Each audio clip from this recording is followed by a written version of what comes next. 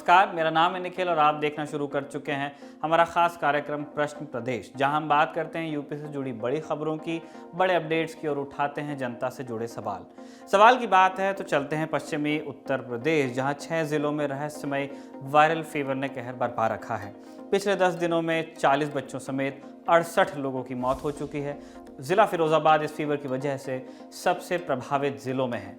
तो आज की बड़ी खबर में इसी बारे में बात करेंगे। इसके अलावा आपको एक ग्राउंड रिपोर्ट भी दिखाएंगे जो हमारी टीम ने भेजी है। लेकिन पहले दिन की सुर्खियों से आपको रूबरू कराते हैं। पहली सुर्खी आप नेताओं पर दर्ज हुई एफआईआर से जुड़ी हुई है। आम आदमी पार्टी वाला आप चुनाव को देखते हुए पार्टी ने पूरे प्रदेश में तिरंगा संकल्प यात्रा निकालने का फैसला किया है। इसी कार्यक्रम के तहत रविवार को आगरा में दिल्ली के उप मुख्यमंत्री मनीष सिसोदिया और राज्यसभा सांसद संजय सिंह के नेतृत्व में तिरंगा संकल्प यात्रा निकाली गई थी। इस दौरान दोनों नेताओं ने राज्य की योगी सरकार पर जमकर निशाना साधा था। अब खबर मिल रही है कि इन दोनों नेताओं समेत 467 लोगों पर महामारी अधिनियम के तहत एफआईआर दर्ज कर ली गई है। इनमें से 17 लोग नामजद हैं, जबकि 450 लोग अज्ञात हैं। आप राज्यसभा सांसद और यूपी प्रभारी संजय सिंह का कहना है कि उनकी पार्टी 14 सितंबर को अयोध्या में तिरंगा यात्रा निकालेगी। माने चुनाव आते आते आपको खूब सारा एक्शन देखने को मिलेगा। चलते हैं दूसरी सुर्खी की तरफ। दूसरी सुर्खी लखनऊ के सबसे सुरक्षित प्रतिष्ठान में चली गोली और आत्महत्या की कोशिश करने को लेकर के बनी है। लखनऊ के बापू भवन के 8वें तल पर अपर मुख्य सचिव नगर विकास रजनीश दुबे के निजी सचिव विशभर दयाल ने खुद को गोली मार ली। आनन फानन में उन्हें लोहिया अस्पताल ले जाया गया, जहां से उन्हें केजीएमयू रेफर किया गया है। अब यह नहीं मालूम चला है इस समाचार की तैयारी तक कि विशंभर दयाल ने आत्महत्या की कोशिश क्यों की। पुलिस इस मामले में जांच कर रही है। वहीं दूसरी तरफ ये सवाल भी उठ रहे हैं कि बापू भवन के अंदर रिवॉल्वर पहुंचा कैसे। आपको बता दें कि बापू भवन में कई मंत्रालयों के दफ्तर है, इससे थोड़ी ही दूर विधानसभा है और सीएम योगी आदित्यनाथ का दफ्तर भी। बेहतर तो यही होगा कि पुलिस जल्द से जल्द इस मामले की जांच करे और स्थिति साफ करे, क्योंकि एक हाई सिक्योरिटी एरिया में गोली चली है। आज की तीसरी और आखिरी सुर्खी सीएम योगी आदित्यनाथ के भाषण से बनी है। कृष्ण जन्माष्टमी के मौके पर सीएम मथुरा में थे। वहां पूजा अर्चना के बाद सीएम ने जनता को संबोधित किया। अपने संबोधन में उन्होंने कहा कि पिछली सरकारों में हिंदुओं पर कई तरह से रोक लगी रहती थी, आज ऐसी कोई रोक नहीं है। उन्होंने इस मौके पर किसी का नाम तो नहीं लिया, लेकिन विपक्षी नेताओं पर तंज कसते हुए कहा कि लोग पहले मंदिर जाने से डरते थे, वो मंदिर जाने से बचते थे ताकि उन पर सांप्रदायिक होने का लेबल न लग जाए। वो भी अब कहते हैं राम मेरे हैं, कृष्ण मेरे हैं। ये तो हुई सुर्खियों की बात। अब बात बड़ी खबर की। पिछले 10 दिनों में आगरा, मथुरा, मैनपुरी, एटा, कासगंज और फिरोजाबाद में एक रहस्यमयी वायरल फीवर की वजह से कम 68 लोगों की मौत हो चुकी है इस समाचार की तैयारी तक। इससे भी बड़ी बात यह है कि मरने वालों में 40 बच्चे हैं और फिरोजाबाद इस फीवर की वजह से हाँफने लगा है। आज तक की एक खबर के मुताबिक बीते 10 दिनों में यहाँ 40 बच्चों की मौत हो चुकी है। जिला अस्पताल का चिल्ड्रन वार्ड पूरी तरह से भर चुका है और बीमार बच्चों को कोविड-19 के लिए बनाए गए आइसोलेशन वार्ड में भर्ती करना पड़ रहा है। आज खुद सीएम योगी आदित्यनाथ ने जिले का दौरा किया। लखनऊ से मथुरा जाने के क्रम में करीब 25 मिनट के लिए फिरोजाबाद में वो रुके। उन्होंने जिला अस्पताल का दौरा किया, पीड़ित परिवारों से मिले और मीडिया से बात भी की। उन्होंने कहा कि जागरूकता के अभाव से वायरल फीवर का प्रकोप बढ़ा है। हालांकि इस दौरान उन्होंने ये भी कहा कि मौत किस वजह से हुई इसकी जाँच की जाएगी और जिसने भी लापरवाही की है उसके खिलाफ सख्त कार्रवाई भी होगी। खुद सुनिए सीएम क्या कह रहे थे। एक व्यक्ति को बेहतर सर्विलांस के माध्यम से उपचार की सुविधा उपलब्ध करवाने के लिए यहाँ पर निर्देश दिए गए हैं और हर पेशेंट को प्राइवेट क्लिनिक या हॉस्पिटल में ले जाने की बजाय मेडिकल कॉलेज में ही सरकारी एम्बुलेंस के माध्यम से वहाँ तक पहुँचाया जा सके, इसके बारे में स्वास्थ्य विभाग को निर्देश दिए गए हैं।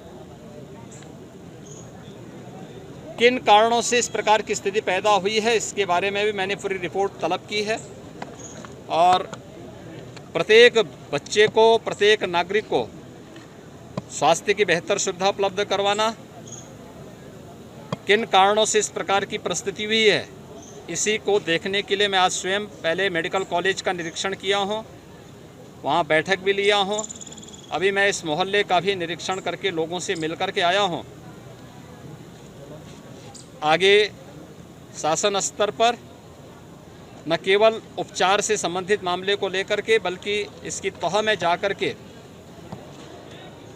हर एक व्यक्ति को इस प्रकार की संदिग्ध मामलों में बचाव करने के लिए क्या और भी उपाय किए जा सकते हैं इसके बारे में, और साथ साथ अगर किसी स्तर पर कोई लापरवाही हुई होगी तो उसकी जवाबदेही भी तय करने के लिए। लेकिन इस मामले पर योगी आदित्यनाथ के बयान और फिरोजाबाद के मुख्य चिकित्सा अधिकारी नीता कुलश्रेष्ठ के बयान में बड़ा अंतर है। सीएम ने इसे वायरल फीवर बताया, लेकिन चिकित्सा अधिकारी इन मामलों को संदिग्ध वायरल फीवर या डेंगू मान रही हैं। कहने का मतलब कि राज्य का हेल्थ सिस्टम अभी इस फीवर को समझ ही नहीं पाया है, और यही वजह है कि आरंभ में हमने इसे रहस्यमयी वायरल फीवर कहा।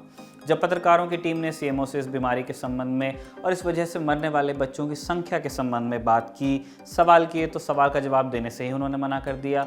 देखिए तब क्या हुआ था। मैडम, ये इतने बच्चों की मौत हुई है, इसका कारण क्या है? ये डेंगू, सस्पेक्टेड डेंगू और वायरल फीवर है, जिसकी वजह से सडनली बच्चों की जल्दी मौत हो रही है। कितने अभी तक कैजुअलिटी आपके पास आ गई है? कितने बच्चों? सुनिए एक सेकंड, ये अभी डिटेल नहीं है मेरे पास। अब आप खुद सोचिए कि सीएम जो बोल गए वो सही है या सीएमओ इस मसले पर जिस तरह से बर्ताव कर रही हैं वो ठीक है। एक तरफ तो ये बीमारी है और इस बीमारी की वजह से मरते बच्चे हैं, वहीं दूसरी तरफ कुछ अफवाहबाज भी हैं जो इस बीमारी को कोरोना की तीसरी लहर बताने पर तुले हैं। रविवार को ऐसी ही अफवाह बहुत तेजी से फैली। मामला इतना गंभीर हो गया कि खुद जिलाधिकारी चंद्र विजय सिंह सामने आए और उन्होंने सफाई दी। उन्होंने कहा कि कुछ लोग अफवाह उड़ा रहे हैं कि बच्चों की मौत कोरोना की तीसरी लहर की वजह से हुई है। ये सरासर गलत है। कोरोना की तीसरी लहर नहीं आई है। अब तक बारिश की वजह से जगह जगह पानी जमा हो गया है और इस वजह से डेंगू सहित दूसरे मच्छर पनप गए हैं। सुनिए मजिस्ट्रेट क्या कह रहे हैं। बारिश के बाद हमेशा रहता है, पिछले सीजन और उससे पहले सीजन में भी मुझे नहीं लगता कि डेंगू या बुखार से इस तरह का कोई आया था, और इस बार वायरल का प्रकोप काफ़ी ज़्यादा है और वही देखने को मिला है। मेरे द्वारा नगर निगम में अगस्त के प्रथम सप्ताह में भी उन लोगों को कहा गया था कि जितने भी खाली प्लॉट हैं उसको भी आप चिन्हित कर लें, उनमें जो कूड़ा या मच्छरों को पनपने की आशंका है उसको भी दिखवा लें। और मेरे द्वारा ये निर्देशित किया गया था कि फॉगिंग को भी कहा गया था। और उसके बाद फिर भी बारिश के बाद जिस तरह से फैला है, मेरे ख्याल से मथुरा और मैनपुरी में भी काफ़ी बड़ी संख्या में वायरल के मरीज़ हैं। तो बहुत ज़्यादा तो हम लोग नहीं कह सकते कि ऐसे एकदम से इतना ज़्यादा होने की संभावना क्यों हुई है, लेकिन ज़रूर कहीं ना कहीं किसी लेवल पे कोई कमी रही है जिससे जो फैलने का एरिया है वो बढ़ गया है। अब अगर डीएम, सीएम और सीएमओ सभी की बातों को एक जगह रखें तो यही समझ आता है कि फिरोजाबाद में गंदगी बहुत है और इसी वजह से वायरल फीवर तेजी से फैल रहा है। तो ऐसे में सवाल उठता है कि केंद्र सरकार द्वारा चलाए गए स्वच्छ भारत अभियान का क्या हुआ, जिसके तहत गांव-गांव और गली-गली को गंदगी मुक्त करना था। सिर्फ बातें ही होती रहीं या फिर करोड़ों की मशीनरी से कोई काम भी लिया गया? इन सवालों का जवाब आप खुद फिरोजाबाद सदर से भाजपा विधायक मनीष असीजा से सुनिए। एक सबसे दुखद परिस्थिति ये है कि जिन क्षेत्रों में भी बच्चों को डेंगू ने अपना शिकार बनाया है, उनके बिल्कुल घर के सामने, अगल या बगल में एक दो खाली प्लॉटों पे बहुत सारी गंदगी और बहुत सारा जल भराव, जहाँ पानी सड़ रहा है, वो हर जगह ये पाया जा रहा है। बहुत मतलब इसको अगर हम रॉकेट साइंस नहीं कहें तो मच्छर वैसे ही सब जगह पनपने की स्थिति में रहते हैं, और ऐसी जो जहाँ पर पानी सड़ रहा है महीनों से, 6-6 महीने से, ये बड़ी खराब स्थिति है। मैं अनेक बार ये सोचता हूँ कि कोई भी लापरवाही को, जब किसी चीज़ का राजनीतिकरण होता है तो आदमी जो राजनीतिकरण नहीं चाहता है वो हमेशा डिफेंसिव रहता है। जैसे घर में अगर परिवार के 2 सदस्य हैं, एक भाई अगर उसका मुद्दा बनाने पे रहे या झगड़ा चौराहे पे लाने पे रहे, तो अगर दूसरा भाई होता तो समझदार होता तो थोड़ा दब जाता है। लेकिन अब मुझे लगता है कि नाक के ऊपर से पानी चला गया है। मैं आपके कैमरे के सामने जिम्मेदारी से कहना चाहता हूँ, 50 वाहन जो माननीय योगी जी के नेतृत्व में उत्तर प्रदेश सरकार ने नगर निगम को सफाई व्यवस्था के लिए दिए थे, अप्रैल में आकर खड़े हुए थे। आप इसकी जांच कर लेना, ड्राइवरों को लगाना, क्या करना क्या नहीं करना, 4 महीने वाहन खड़े रहे और कल जाके उसको ऐसी स्थितियों में भी चालू करवाया, और चालू कराने का ढंग भी इस तरीके का है जैसे कि कोई सेरेमनी बन रही हो। समझदारी का काम बहुत अभाव है, खास करके कुछ विभागों को जितनी जिम्मेदारी दिखानी थी उसकी उन्होंने 10% भी जिम्मेदारी नहीं दिखाई। नगर निगम, स्वास्थ्य विभाग अपने आप में बहुत बड़े दोषी हैं मेरी निगाह में, इस इतनी बड़ी त्रासदी के। कोई अगर इसकी जांच, मैं तो अपेक्षा करूंगा कि ये जिलाधिकारी महोदय को लिखकर भी दूंगा कि आखिर इस नई आबादी के क्षेत्र में कितने कर्मचारी लगने चाहिए थे, कितने वाहन लगने चाहिए थे, क्या सफाई की व्यवस्थाएं होनी चाहिए थी और उसके सापेक्ष हम लोगों ने क्या क्या खर्च किया, कितने विज्ञापन किए। बहुत अति से ज्यादा खराब स्थिति है। आपने सुना, विधायक जी ने साफ साफ कहा कि नगर निगम और स्वास्थ्य विभाग ने बिल्कुल काम नहीं किया। वो कह रहे हैं कि डीएम को लिखेंगे, जांच करवाएंगे, लेकिन अब क्यों, पहले क्यों नहीं? वो इलाके के जनप्रतिनिधि हैं, सत्ता पक्ष से हैं, वो चाहते तो इस मुद्दे पर पहले भी अपनी बात रख सकते थे, डीएम से बात कर सकते थे, सीएम को पत्र लिख सकते थे, कुछ तो कर सकते थे जो आज इतने लोगों की मौत नहीं होती। सवाल ये भी बनता है कि कोरोना की दूसरी लहर के बाद एक से एक बढ़कर वादे किए गए, जिला से लेकर ब्लॉक तक के अस्पतालों में सुविधाएं देने की बातें हुई। ये भी कहा गया कि हम कोरोना की तीसरी लहर के लिए तैयार हैं, लेकिन अगर वायरल फीवर की वजह से 10 दिनों में 40 बच्चे मर जा रहे हैं तो क्या तैयारियां थी स्वास्थ्य विभाग की?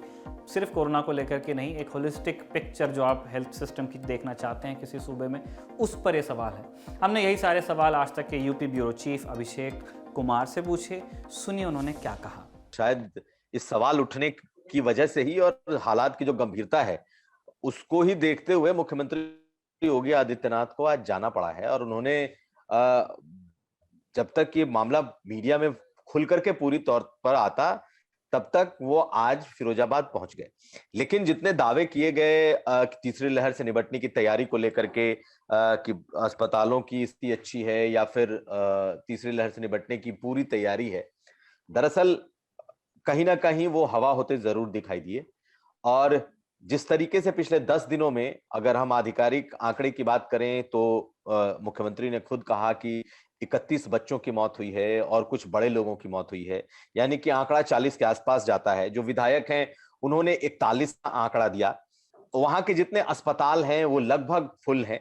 अस्पतालों में जो अलग से आइसोलेशन वार्ड बनाए गए थे वो सब भी भरे पड़े हैं। एक बात और इस मामले में निकल करके आई कि आखिर ये कौन सी ऐसी रहस्यमय बुखार है जो अभी तक साफ ही नहीं हो पाया है कि वो बीमारी कौन सी है। क्योंकि अगर आप देखें तो सरकार की तरफ से या जो मेडिकल एडमिनिस्ट्रेशन है उसकी तरफ से दावा ये किया जा रहा है कि ये डेंगू है या फिर मलेरिया, डेंगू और मलेरिया का मिला जुला रूप है और ये कोई नया वेरिएंट उसका हो सकता है। इस मसले पर कांग्रेस नेता और पार्टी की महासचिव प्रियंका गांधी ने सरकार पर निशाना साधा है। प्रियंका ने यूपी सरकार से मांग की है कि बीमार लोगों को सही इलाज मिले। उन्होंने ट्विटर पर लिखा, फिरोजाबाद, मथुरा, आगरा व उत्तर प्रदेश की अन्य जगहों पर बुखार से बच्चों समेत तमाम लोगों की मृत्यु की खबर दुखदाई है। उत्तर प्रदेश सरकार को तुरंत प्रभाव से स्वास्थ्य व्यवस्थाओं को चाक चौबंद कर इस बीमारी से रोकथाम के प्रयास करने चाहिए। बीमारी से प्रभावित लोगों के बेहतर इलाज की भी व्यवस्था की जाए। अगर पिछले 10 दिनों में इस वायरल फीवर की ठीक वजह हम नहीं जान पाए हैं, अगर हमारे अस्पताल कोरोना की दूसरी लहर के बाद भी वायरल फीवर से लोगों को बचाने में सक्षम नहीं है तो स्थिति बेहद चिंताजनक है। खैर, अब वक्त है ये पूछने का, क्या हाल है यूपी? आप जानते हैं कि हमारी एक टीम यूपी की यात्रा पे है, ग्राउंड रिपोर्टिंग चालू है। 100 दिनों की इस यात्रा में हमारे संपादक सौरभ द्विवेदी और टीम 31 अगस्त और 1 सितंबर को सहारनपुर में होंगे। आप वहां उनसे मिल सकते हैं और इसके लिए अपना नाम, पता और नंबर ltchunav@gmail.com पर मेल कर सकते हैं। lt.chunav@gmail.com इस पर मेल कीजिए। आइए आपको अब इस टीम द्वारा भेजी गई रिपोर्ट का एक छोटा सा हिस्सा दिखाते हैं। तो आपका चैनल देखते हैं सर, देश समाज में क्या हो रहा है। क्या हो रहा है देश समाज में? कुछ भी, मतलब चुनाव का माहौल चल रहा है अब जब। अच्छा, तो चुनाव पे देखते हैं भाई कौन लोग किसा पसंद कर रहे हैं, कैसा पसंद कर रहे हैं, कौन अच्छा है कौन बुरा है, बस देखते हैं। कौन अच्छा है बुरा है? आपकी नज़र में कौन अच्छा बुरा है? बस हमारी नज़र में तो वही अच्छा है जी, जो मतलब जो युवा है उनकी शिक्षा पर ध्यान दिया जाए, उन्हें रोजगार के बारे में देखा जाए उनका। कोई नेता ऐसा कर रहा है या पहले कभी किया है? नेता ने शिक्षा पर तो अखिलेश जी थे, वैसे शिक्षा पर ध्यान दिया, लोग बहुत पढ़ाई पर ध्यान दिया, उन्होंने काम भी करवाया इधर, ऐसी बात नहीं है। और उससे पहले और भी नेता है बहुत। बहन मायावती थी उससे पहले। हाँ, बहन मायावती थी, उनके राज में भी अच्छा चला। सबसे बड़ी बात ये रही कि बालक उस टाइम पढ़ा थे बहुत ज़्यादा अपनी मेहनत से, और अखिलेश जी आगे थे तो कुछ बालकों को जो उस लायक भी नहीं थे उन्हें भी पास करा गया। जैसे कि 30% मार्क दिए गए तो उसमें वैसे भी पास करा गया उन्हें। और जी एक सब्जेक्ट में फैल गए उसे भी पास कर दिया गया। लेकिन मायावती जी का जो टाइम था उस टाइम में मेहनत वाला ही बंदा जा रहा था, जो मेहनत कर रहा था वही पास हो रहा था। और योगी आदित्यनाथ का शासन कैसा रहा? इनका भी ठीक है, क्योंकि अब जो थोड़ा जो है क्राइम से थोड़ा कम हो गया, बाकी सब ठीक है। वैसे रोजगार की तो दिक्कत है ही है। अच्छा, दोनों चीज़ों पे बात करेंगे। क्राइम कैसे कम हो गया योगी आदित्यनाथ के आने से? किराया आने से योगी जी के इसलिए कम हो गया क्योंकि देखो यहाँ पे जो रास्ते थे, लोकल रास्ते गांव के आसपास इधर के, तो उनमें रात बरात को जाने वाने से डर थे बंदे। खासकर जो अखिलेश जी थे उनके राज में ज़्यादा हुआ है, बहन जी के राज में भी इतना नहीं हुआ क्योंकि उसमें भी सख्त कानून था, बिल्कुल अच्छा। अखिलेश के राज में क्या क्या था? मतलब गुंडागर्दी ही ज़्यादा बढ़ गई थी, हाँ। ये था साहब।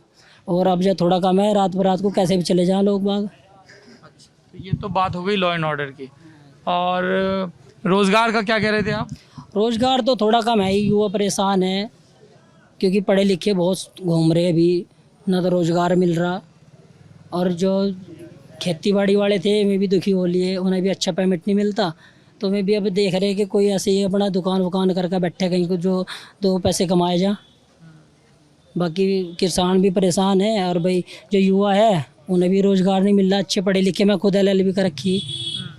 क्या आपका आगे क्या इरादा है? LLB करके वकालत की प्रैक्टिस करेंगे या ये फल का कारोबार करेंगे या कुछ और करेंगे? नहीं, वैसे तो अभी तो फाइनल करेंगे LLB, उसके बाद जो है देखेंगे कुछ हम समाज में समाज सेवा करने के बारे में सोचेंगे कुछ आगे चल के। लोग तो नहीं यार, समाज सेवा जब कोई बोलता है तो हम समझ जाते हैं कि वो नेतागिरी करना चाहता है।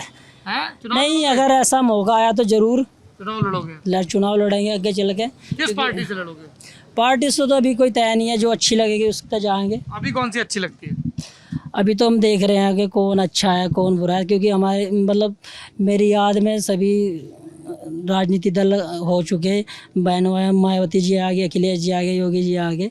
अभी ना देख रहे हैं अभी क्या चल रहा है, फिर उसके बाद डिसाइड करेंगे। तो अब तो 6 महीने में चुनाव है, तो अभी क्या तय किया?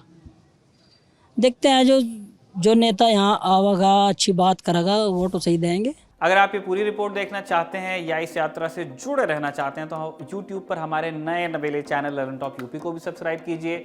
आज के लिए इतना ही, कल आपसे फिर भेंट होगी। शुभ रात्रि।